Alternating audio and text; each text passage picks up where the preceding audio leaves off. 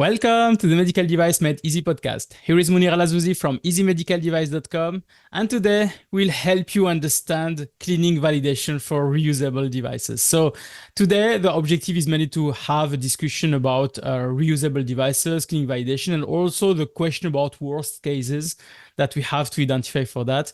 And for that, I have a guest with me. So it is Heena Thakkar, regulatory consultant at Alceon Consulting. So Heena, welcome to the Medical Device Made Easy podcast. Hi, Munir. Thank you so much for having me to your podcast. It is absolutely wonderful to be here.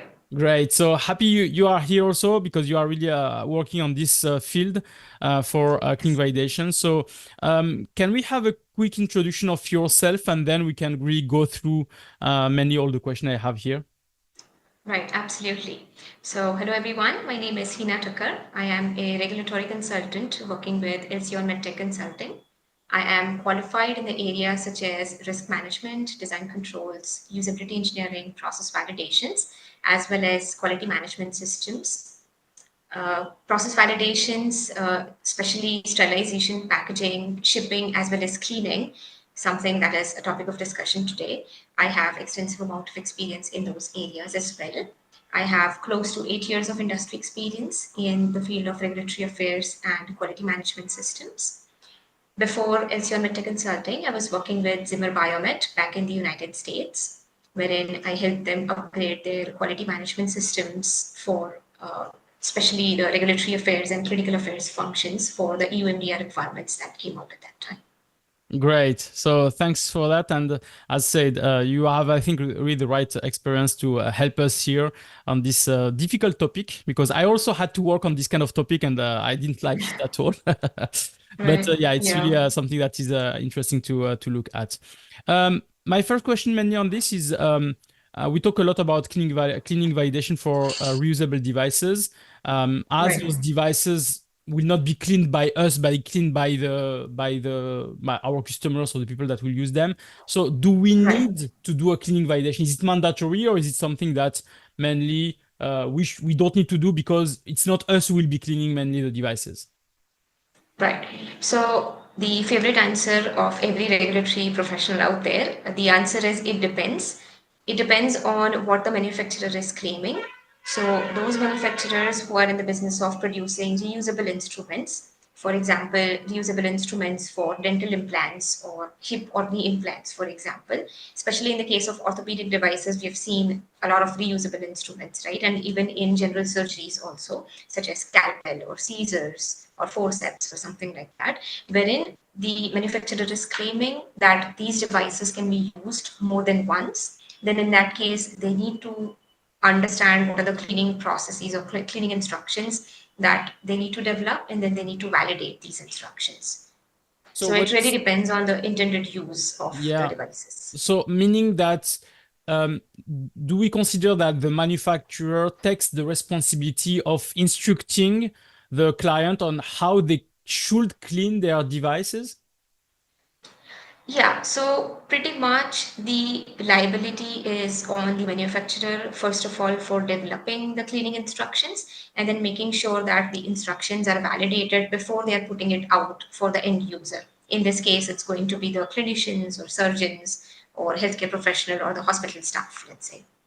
So in the case then those customers are not following the instruction by the manufacturer, then it can be a problem also.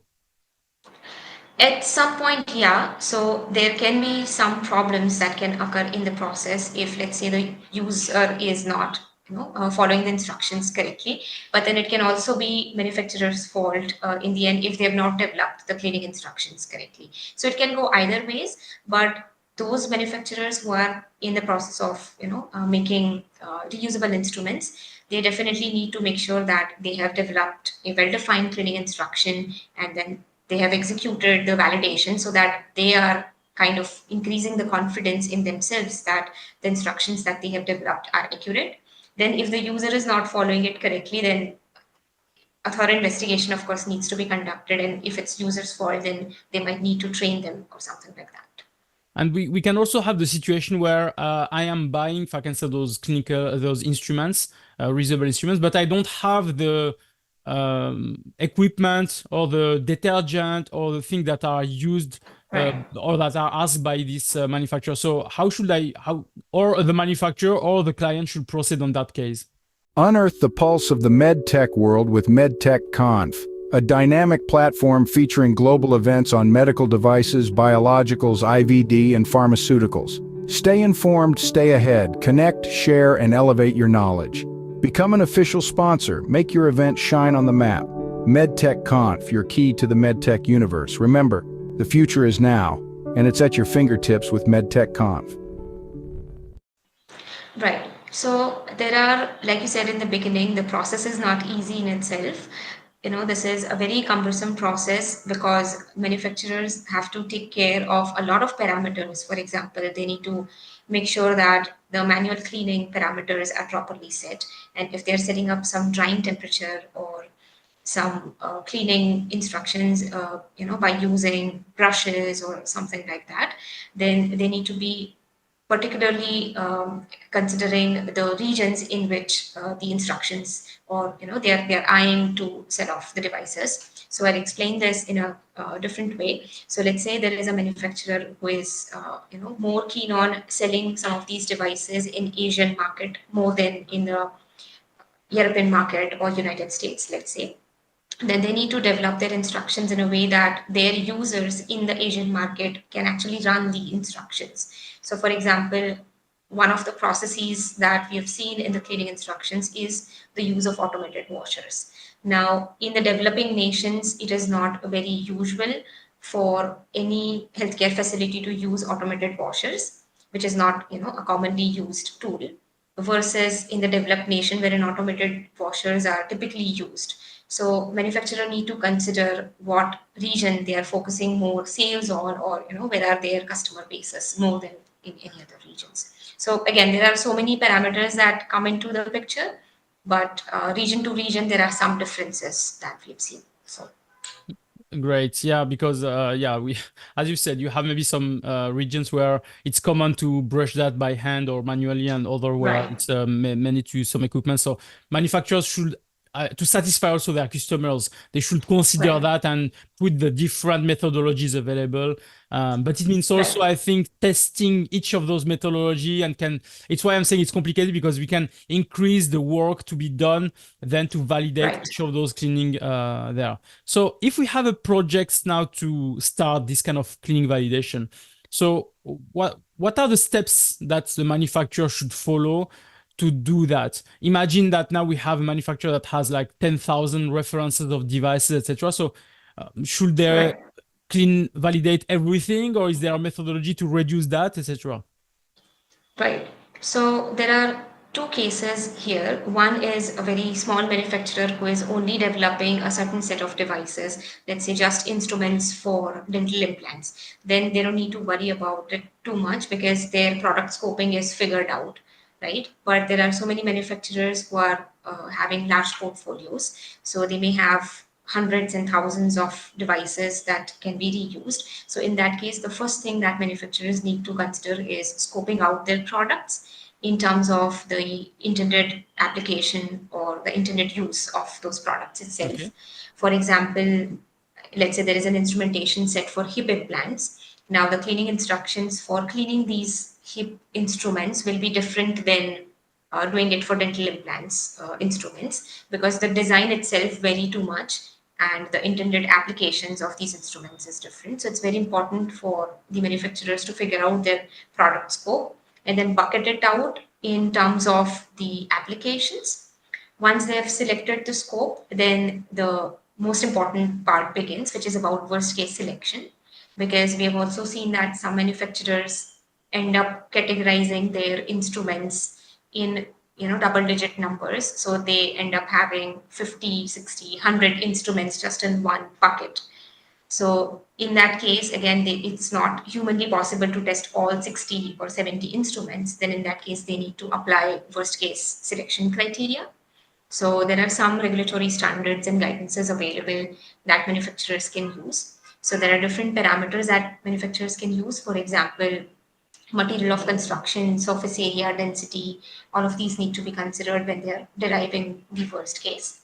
Then the design and the complexity of the devices itself also play a part when manufacturers are selecting first cases. So that's the second part, which will narrow down further their product portfolio or the product scope on which they can conduct a validation study. Once that is done, there is again, another tactic to narrow these devices further by selecting a certain amount of samples for some of these worst cases. Now, one of the common questions that we get is there a particular number of samples that manufacturers can select, right? I'm sure you've got similar questions because Yeah, as soon as manufacturers want to select number of samples, they want to reduce the exactly. sampling to minimal so that their efforts are less.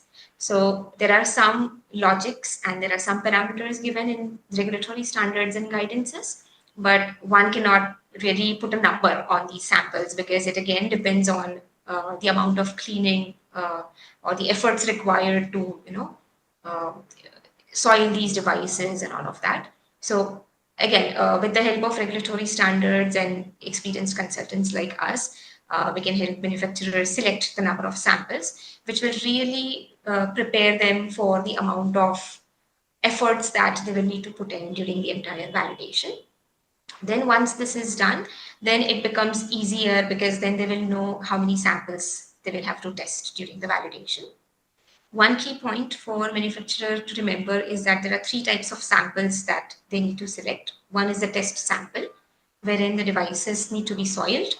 Then they need to be cleaned, something called simulated use that they need to conduct. Then there is a positive sample wherein the devices will only be soiled. And then there is a negative sample wherein the devices will not be soiled. So they're really setting the baseline like this. And then once all of this is sorted, then comes another cumbersome process, which is about soil selection. So a soil has to be clinically relevant.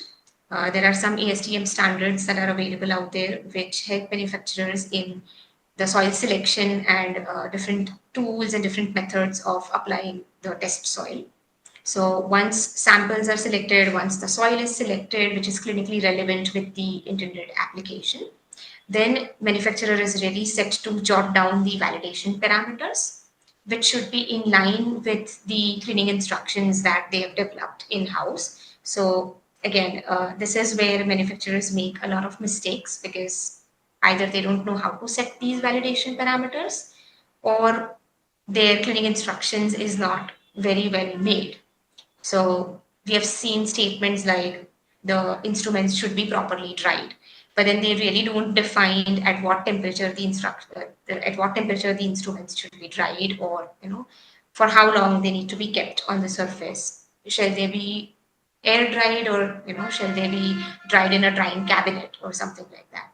So because the cleaning instruction has an open statement like that, it becomes very challenging for manufacturer to even define the validation parameter when they are executing the validation study. So this is where the sync between the instructions and the validation parameters come in. Assuming that manufacturer has prepared a well established cleaning instructions, then they will be they'll be able to jot down cleaning validation parameters properly. Once this is done, then it's about identifying different tests that they want to conduct. Again, if the manufacturers are doing this for US FDA, or in general, if they are following AMI ANSI ST98 standard, then they mention that some quantitative tests, or at least two analyte quantitative tests that need to be conducted, which is where again the challenge comes in because manufacturers struggle in selecting the endpoints. So that is also very important.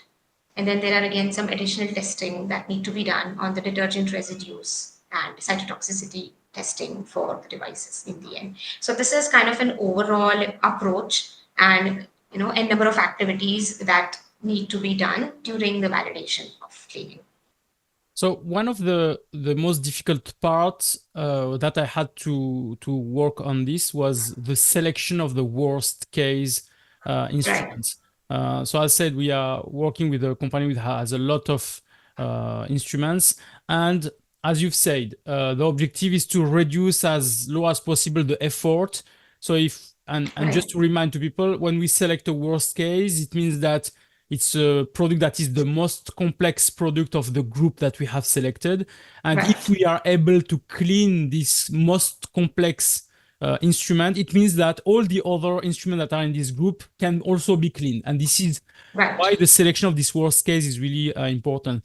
So how would you, so is it like, so just maybe for people to understand, is it like a guess on selecting this worst case, or is there an engineering study, or is there, which people do you need to really make this choice of the worst case? And can you be challenged also by a notified body or a certification body about the selection of this worst case?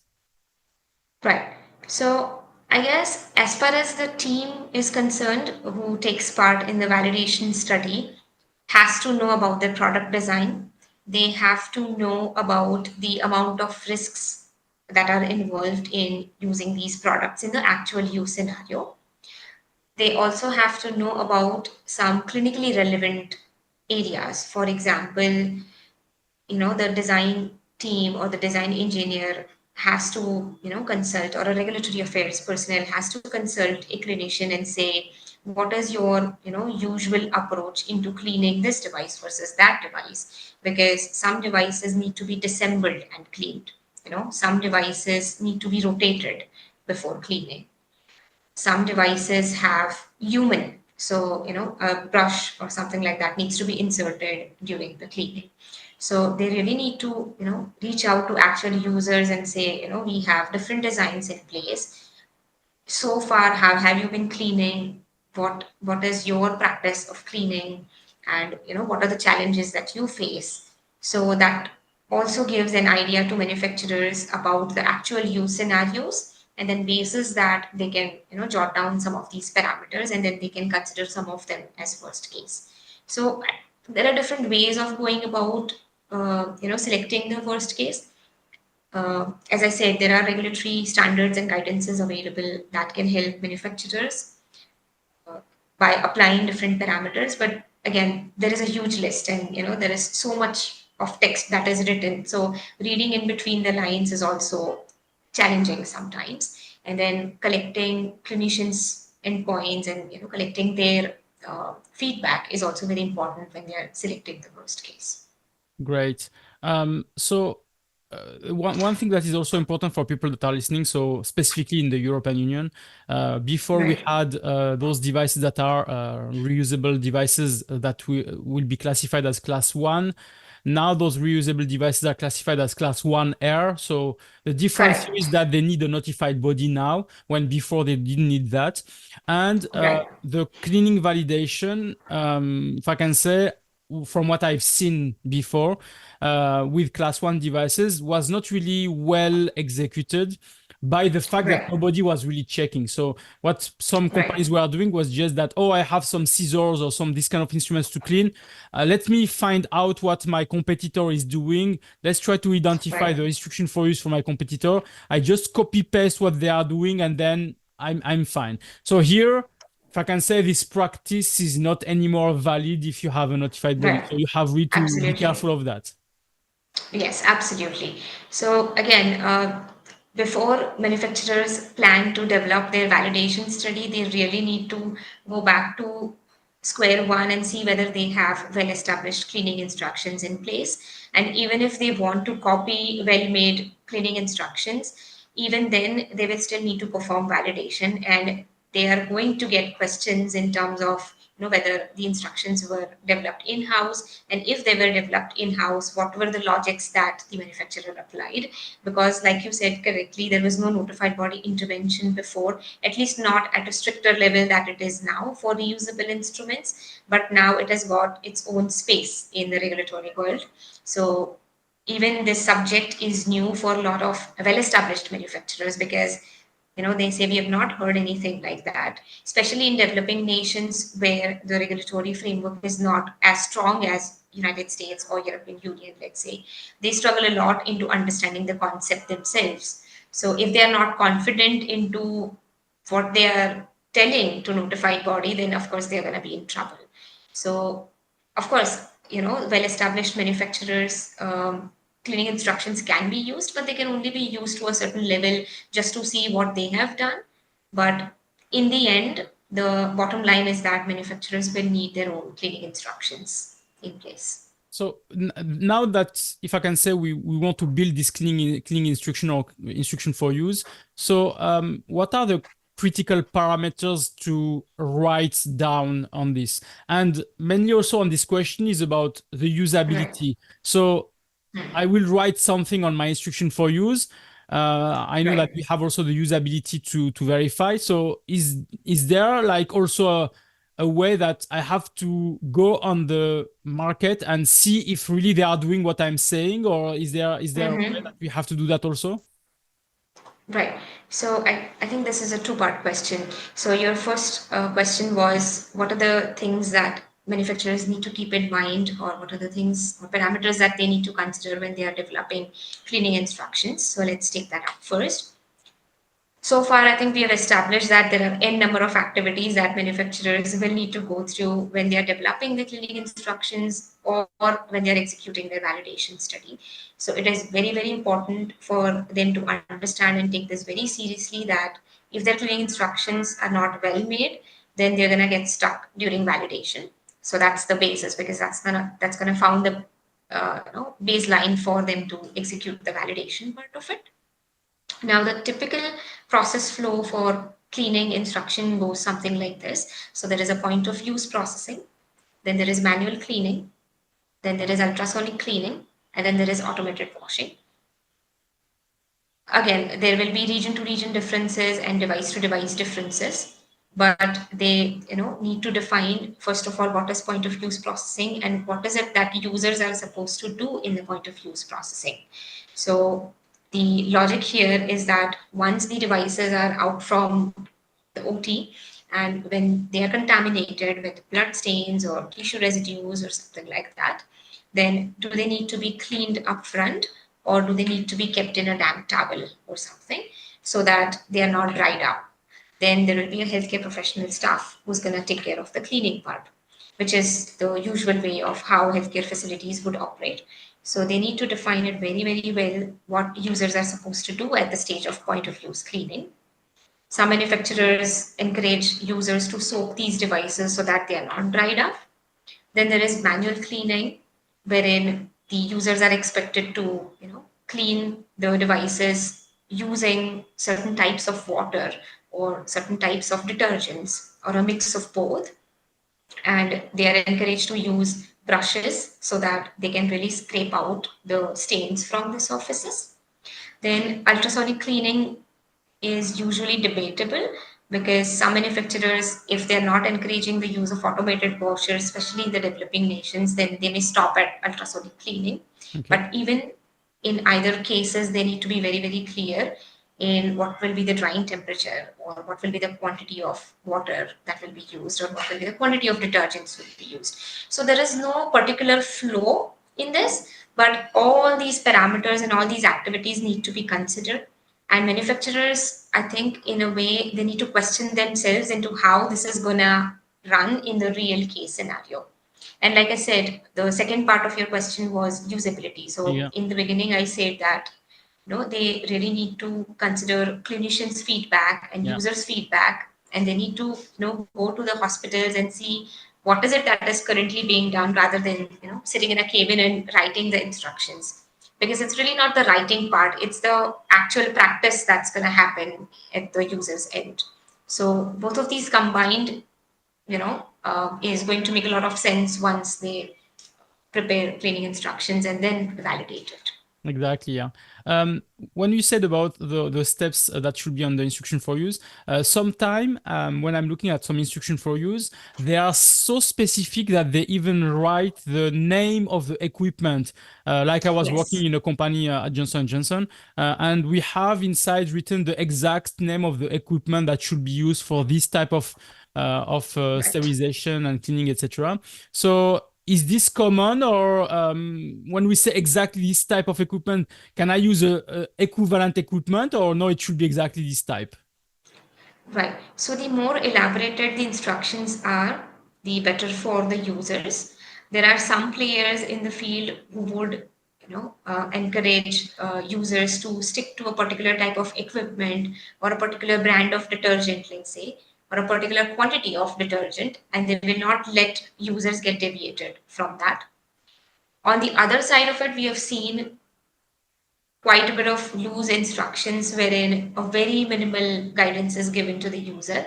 So either of it is not good, it has to be in a balance. So if manufacturers really want to help users, they need to leave some space for the users to kind of play around, or help them with some alternatives, because it may not be possible for all the users to afford all kinds of equipments and detergents all in all always.